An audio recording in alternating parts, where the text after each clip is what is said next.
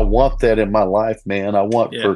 I want for God to just to me to be so surrendered to him that when it's Right. time, Right. immediately, there no questions, no, Hmm. you know, uh, immediate obedience Hmm. is incredibly important. I remember when I was a youth pastor, Hmm.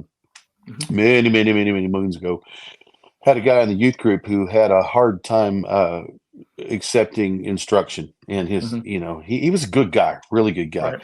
um but his dad, he's just hard-headed. And one Right. time he came to me and he said, "Hey, Brother Pixler," he said, I learned something this week." And I said, "What is it, man?" And he said, "I learned it from my dog." And I said, well, Hmm.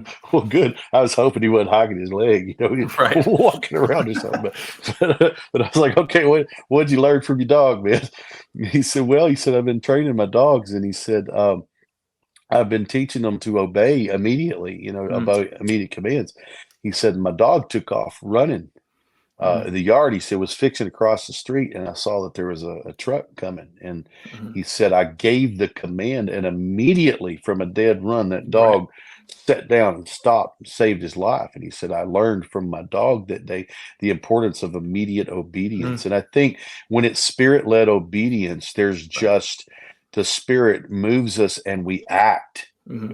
Sometimes, in fact, most of the times before we think, Right. because if we stop and think too much, we end up either not obeying because we can reason it away, or we change the whole scenario. Right. And so I think there are times, like when the Spirit speaks to you, "Hey, pick up the bill for that person." Right.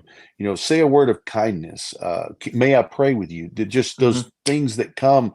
Another story here, and I'll get. I'll